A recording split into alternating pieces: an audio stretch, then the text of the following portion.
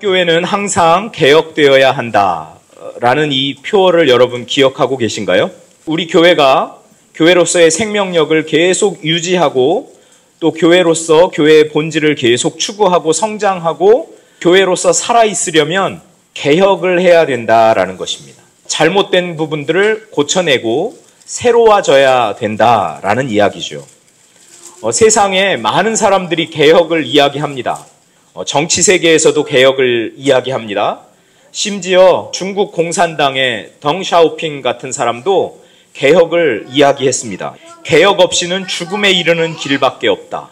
어느 세상에나 어느 종교나 어느 삶에나 개혁은 필요하다라는 것입니다. 아놀드 토인비는 개혁에 대해서 이렇게 이야기했습니다. 개혁은 고통스럽다. 그러나 무개혁은 죽음이다. 우리가 살려면 이 고통스러운 개혁의 과정들을 거쳐 나가야 된다라는 이야기죠. 변화를 거부하고 현상 유지에만 머무르면 결국은 죽는다라는 겁니다. 우리가 현재의 상태에 안주하고 그 자리에 머물러 버리면 변화를 거부하는 그 순간부터 우리의 몰락이 시작이 된다. 우리의 죽음이 시작이 된다라는 사실을 우리가 기억하면서 우리가 삶의 어떤 단계에 있든 우리가 신앙생활의 어느 수준에 있든 바로 그 자리에서부터 살기 위해서 몸부림치고 발버둥치면서 내 삶을 개혁하고 나의 신앙을 개혁하고 내가 섬기는 교회를 개혁하고 그리고 우리 기독교 세계를 개혁하는, 그래서 우리 삶 전반이 개혁되는 그런 은혜가 우리 한 사람 한 사람의 삶 속에 가득하기를 축복합니다. 종교개혁이라는 말은 16세기 유럽에서 시작된 그런 말이지요. 근데 16세기 유럽의 종교라고 해야 그리스도교밖에 없었으니 사실은 그리스도교를 개혁하는 것이다 라는 말입니다.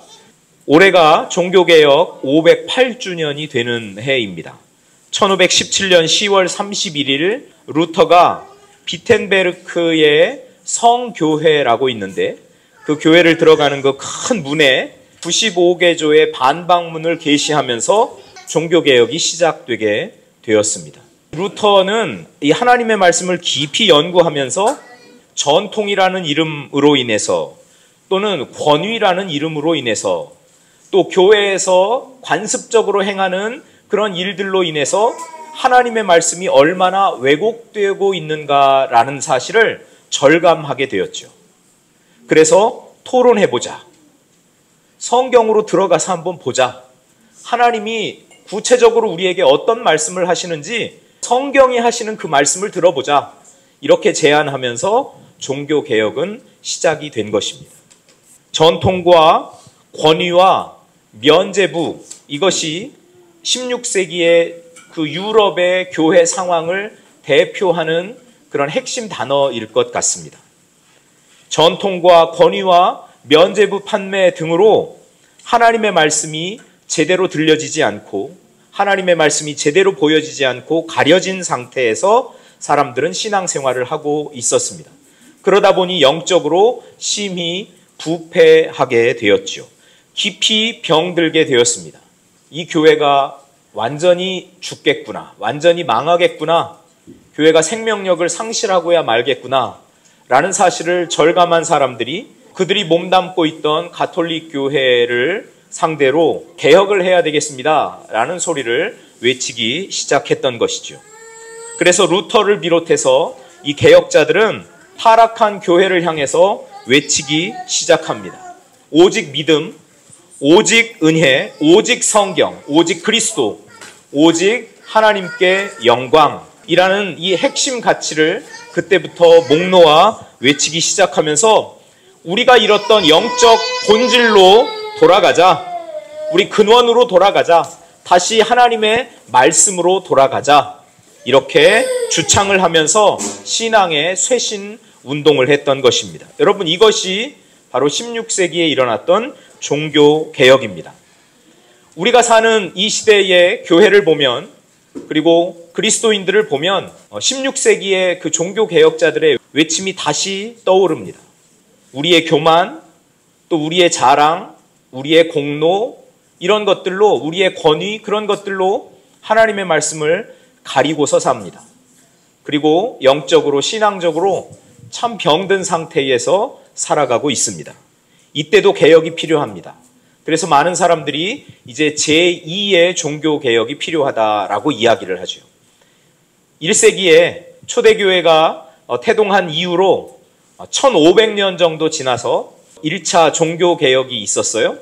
그리고 그로부터 지금 508년, 500년이 지났습니다. 그런데 사람들은 지금 종교 개혁이 필요하다고, 지금 교회 개혁이 필요하다고, 지금 신앙의 쇄신 운동이 필요하다고, 지금 우리가 영적인 본질을 찾아서 근원으로 돌아가야 된다고 그렇게 외치고 있습니다. 개혁해야 하는 이 시기가 점점 앞당겨지고 있다는 것을 한번 잘 보십시오. 얼마나 우리의 상태가 심각하면, 얼마나 우리가 영적으로 깊이 병들어 있으면, 그리고 얼마나 우리가 하나님의 은혜에서 떠나고 하나님의 말씀에서 떠나서 그렇게 하나님의 말씀을 가린 상태로 살아가고 있으면 이 외침이 그렇게 현실감 있게 다가오느냐는 이야기입니다. 사사시대도 지금 우리가 겪는 이런 타락과 영적인 깊은 어두움을 겪었던 시대라고 할 수 있습니다. 사사시대에 이스라엘은 이 하나님을 떠났습니다. 그리고 이방신을 섬겼습니다. 하나님은 그에 대한 벌로 외적의 그런 침입을 당하게 했고, 외적으로 인해서 심각한 고통을 이스라엘 백성들이 당하고 있었습니다.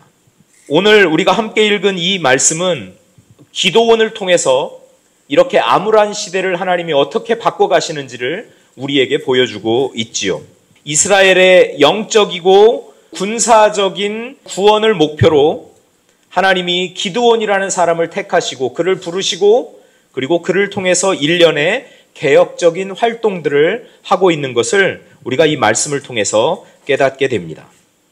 사사기 6장 1절 말씀에 보면 이스라엘 자손이 또 여호와의 목전에 악을 행하였으므로 여호와께서 7년 동안 그들을 미디안의 손에 넘겨주시니, 하나님을 버리고 바알과 아세라를 섬기기 시작한 이스라엘 백성들에게 하나님은 벌을 내리셔서 그들을 미디안의 손에 넘겨주셨다라고 성경은 이렇게 표현하고 있습니다.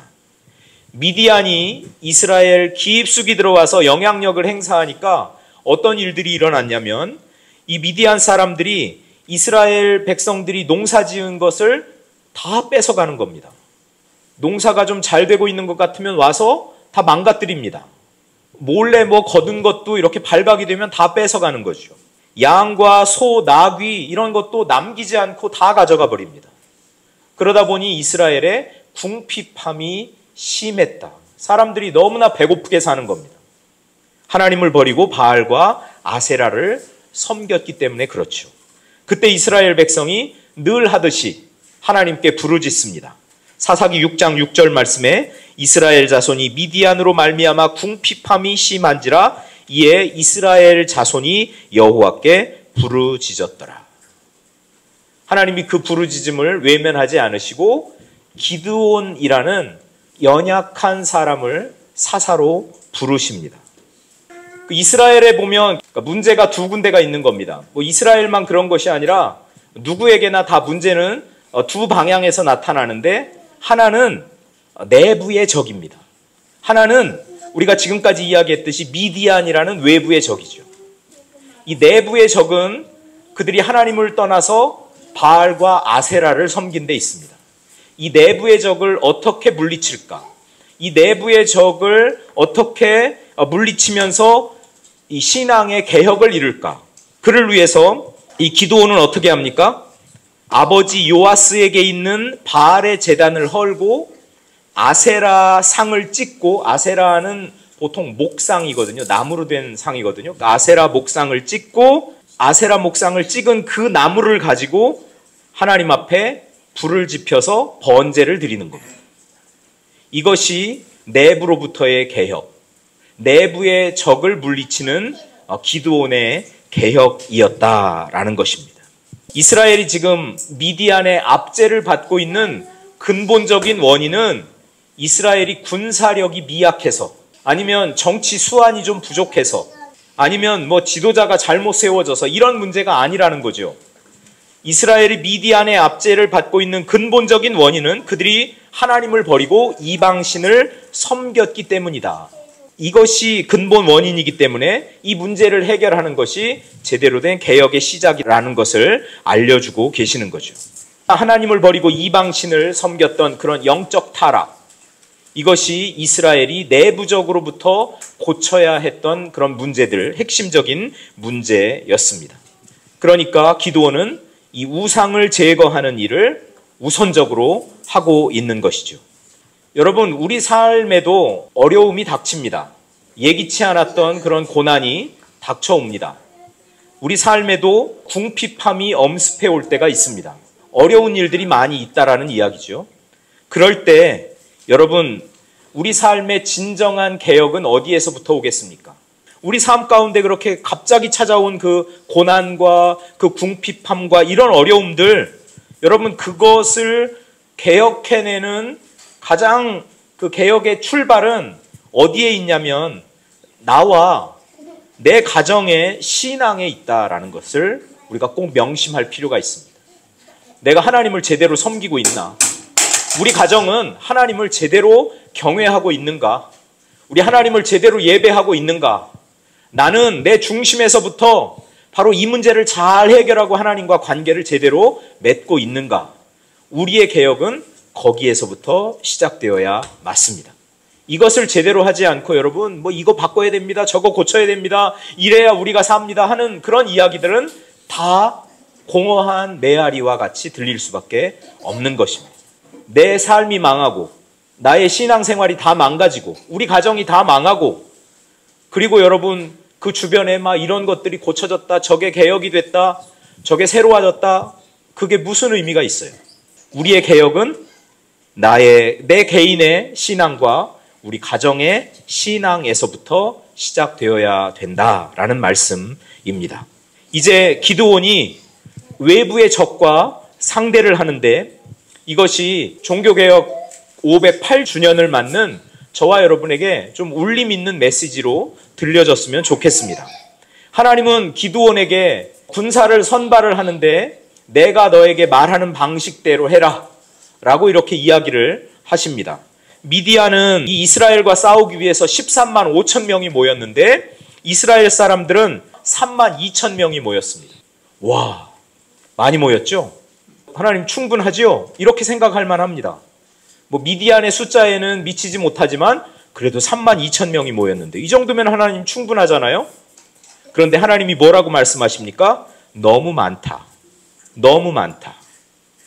그래서 마음의 준비가 되지 않은 사람, 용기가 없는 사람, 이런 사람들을 돌려보내고 나니까 10,000명이 남는 겁니다. 하나님 이 정도면 충분하잖아요. 근데 하나님이 뭐라고 말씀하세요? 아직도 너무 많다.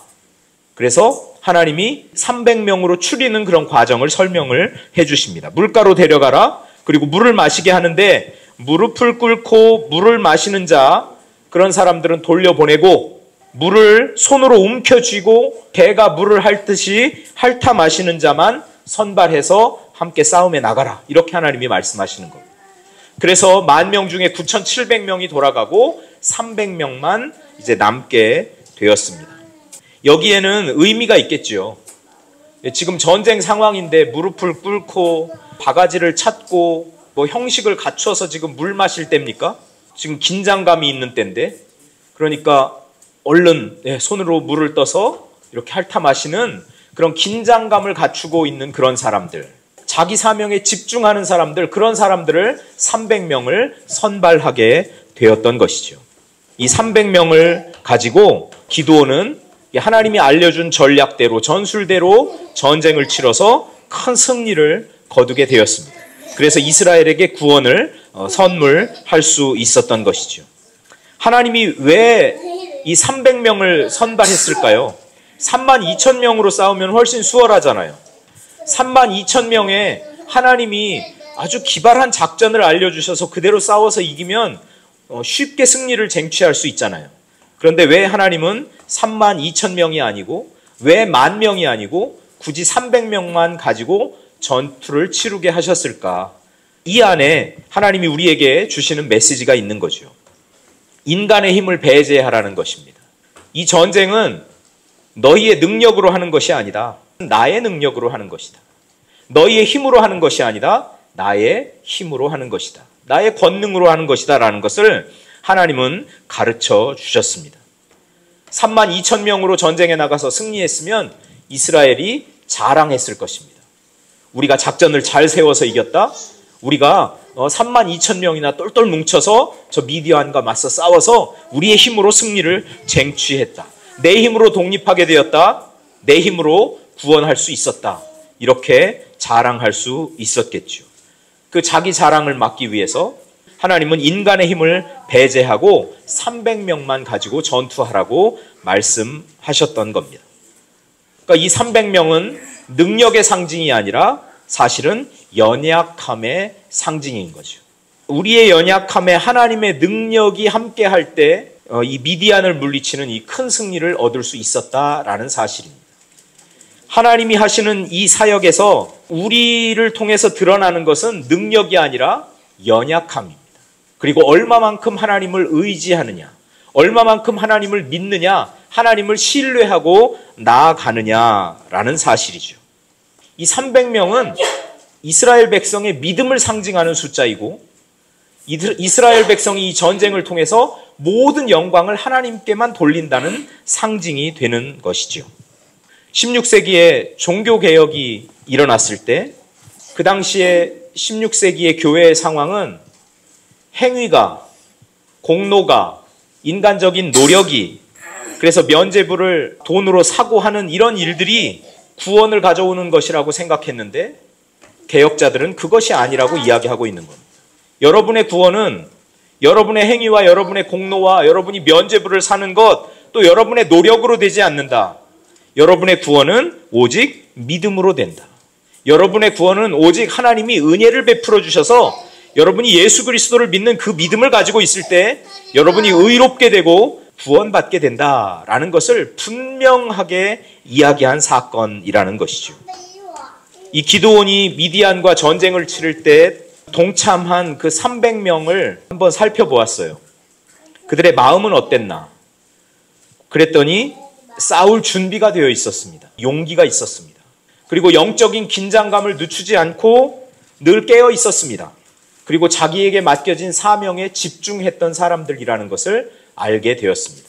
아, 우리의 삶을 개혁하려면, 우리의 삶을 고치려면, 우리 가정에, 우리 가문에 그리스도의 정신이 흘러 넘치도록 그렇게 우리의 삶의 터전을 우리가 바꿔내려면 내가 준비가 되어 있어야 되겠구나. 내 마음이 준비가 되어 있어야 되겠구나. 그리고 용기가 있어야 되겠구나. 영적으로 깨어 있어야 되겠구나. 그리고 하나님이 나에게 맡겨주신 그 사명에 충실한 사람이 되어야 되겠구나. 그래야 여러분, 기드온이 쟁취한 이 승리를 맛볼 수 있는 그런 사람이 되는 것이다 라는 것이죠. 여러분의 삶과 여러분의 가정, 또 여러분의 가문, 또 우리가 섬기는 교회를 새롭게 할 마음의 준비를 갖춘 분들이 되기를 축복합니다. 그리고 그 이 일에 용기가 있는 분들이 되기를 축복합니다. 영적 긴장을 늦추지 않고 늘 하나님의 음성에 민감하게 반응하는 깨어있는 분들이 다 되실 수 있기를 축복합니다. 하나님이 우리를 교회로 부르신 것은 여기에서 지금 교회가 되라, 하나님이 우리에게 이 사명을 주신 겁니다. 우리는 교회 되기 위해서 부름을 받았습니다. 이 사명에 충실한 분들, 사명에 집중하고 이 교회됨을 이루는 복된 분들 다 되실 수 있기를 축복합니다. 기드온이 300명과 전쟁을 치르는 그 장면을 보면 창과 칼로 무장하지 않았습니다. 그건 더 놀랍습니다. 항아리를 들고 횃불을 감추고 있다가 왼손으로는 횃불을 들고 오른손으로는 나팔을 들고 이제 항아리를 깨고 그렇게 나팔을 불면서 전쟁이 시작이 됩니다. 이 나팔 소리에 이 미디안 군사들이 깜짝 놀라서 허둥지둥 대다가 결국은 큰 패배를 맛보게 되지요. 창과 칼이 아니라 나팔과 횃불과 항아리가 이스라엘 백성들이 들었던 것입니다. 창과 칼은 우리의 자아, 교만함, 우리의 능력을 대변하는 말이 될 것 같습니다. 이 창과 칼이 아니라, 즉 우리의 자아와 우리의 교만과 우리의 능력이 아니라 그런 것들이 다 깨어질 때 비로소 마치 항아리가 깨지고 그 속에 있던 횃불이 밝게 불을 밝히듯이 우리의 자아와 우리의 교만과 우리의 능력, 내 힘으로 다 할 수 있다라는 그런 자신감들, 그런 자의식들, 그런 것들이 다 깨질 때 하나님의 능력이 우리 삶 가운데서 밝게 드러날 줄 믿습니다. 진리의 빛이 우리 삶을 통해서 밝히 드러날 줄 믿습니다. 우리의 자아와 우리의 교만과 우리의 능력이 겸손하게 될 때, 낮아질 때, 깨어질 때 우리를 통해서 하나님의 권위와 또 하나님이 주시는 그 승리가 선포될 줄로 믿습니다. 그럴 때 하나님의 말씀이 우리를 통해서 살아 역사하는 능력의 말씀이 될 줄로 믿습니다. 교회 개혁이 필요하다고 하는 이때에 오늘 기드온과 그 300용사가 이루어낸 이 개혁과 이 전쟁의 방식을 우리가 따라가면서 큰 교훈을 얻고 우리의 삶을 바꿔내는 복된 분들이 되실 수 있기를 축복합니다. 이런저런 것 개혁해야 한다고 외치기 전에 먼저 나의 삶을 깊이 들여다보면서 내가 하나님 중심의 삶을 살아가고 있는가? 하나님을 철저하게 신뢰하고 하나님을 의지하면서 살아가고 있는가? 거기에서부터 진정한 개혁이 시작될 수 있기를 축복합니다. 그리고 그를 통해서 이제 우리의 가정, 또 우리를 둘러싼 환경들, 그리고 우리가 섬기는 교회가 우리 하나님의 뜻을 받들어내는 신앙의 그 진수를 붙잡고 신앙생활하는 그런 복된 교회로 변화될 수 있기를 축복합니다. 그리고 우리가 이렇게 우리의 자아도 깨어지고 우리의 교만함도 깨어지고 내 힘으로는 뭐든지 다 할 수 있겠다라는 그런 생각들도 다 깨어지고 낮아지고 겸손해질 때 우리를 통해서 진정한 교회 개혁의 그 횃불이 밝히 빛나고 이 하나님의 진리의 빛이 드러나고 하나님의 말씀이 능력 있게 선포되는 그런 놀라운 일들이 우리 나여지 교회와 우리 성도님들의 삶을 통해서 증명될 수 있기를 축복합니다.